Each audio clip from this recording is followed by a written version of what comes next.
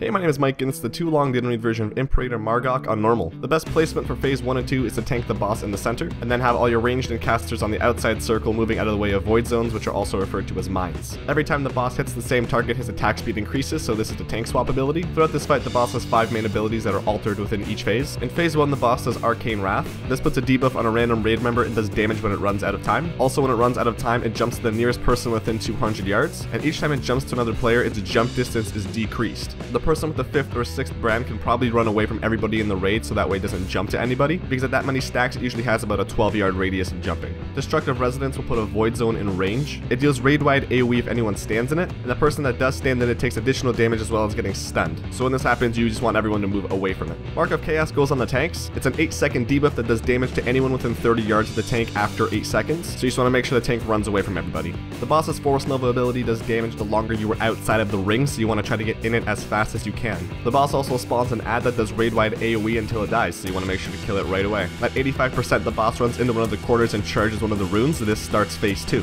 In phase 2, the person that is branded is tethered to 10 yards within where they obtained the debuff, so if you will be passing this off to other people, you want to coordinate it very well. The void zone in phase 2 now just grows bigger over time. The tank that obtains Mark of Chaos will be teleported to a random location, making it a little bit more difficult at times to run away from people. The Force Nova in this phase pushes you away as it's coming towards you, so it's a little bit harder to get inside of it. The ad in this phase is a knockback when it dies, so you want to make sure that no one is standing near a void zone, because if they get knocked back into it, it'll explode and kill a lot of people. At 55%, the boss goes to another corner and charges another rune for a minute. At this point, 2 war mages spawn in the back of the room. They fixate a random target and start casting Nether Blast at them, which can be interrupted. However, the interrupt only affects that specific cast, and they'll begin to cast it right away. But even interrupting one of the blasts means less stress on the healers and less damage taken from that person. The person that gets fixated has to stay 5 yards away from anybody in the raid, otherwise the damage they take will also be done to people beside them. These war mages also buff anything within 25 yards of them, so make sure not to kill any ads near them. Also, during this intermission, volatile anomalies will spawn from the rune every 12 seconds. These need to be picked up by the tanks. When the anomalies die, they do a raid-wide AoE, so you want to try to make sure to kill most of them single target. In phase 3, the jumping range of brand is only decreased by 25%, so it's going to be a lot harder to get out of range when you have it. So instead of going from 200 yards down to 100-yard jumping radius, it goes down from 200 to 150.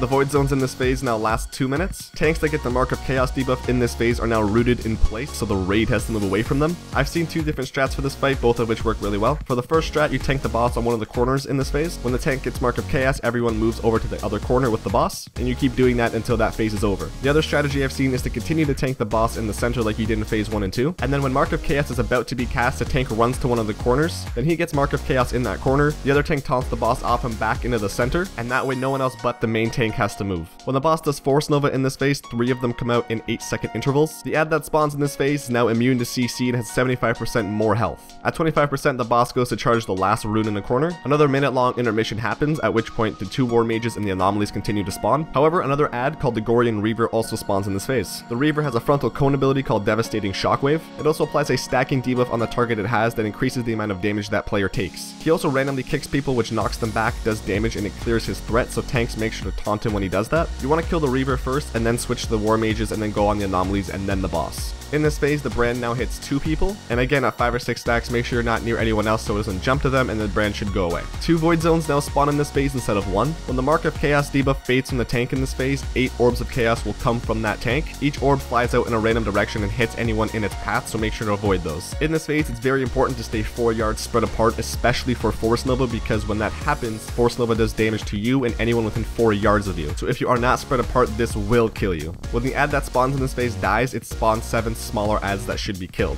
I have done this fight without killing every single small ad. It does get a little bit hectic though. I've also heard of some groups taking 3 tanks to this fight. In this phase specifically, they'll have that 3rd tank taking the ads and cutting them around the room. That was a too long didn't read version of Imperator Mar'gok on normal. If you have any questions, let me know down below in the comments. Thanks for watching and have a great day.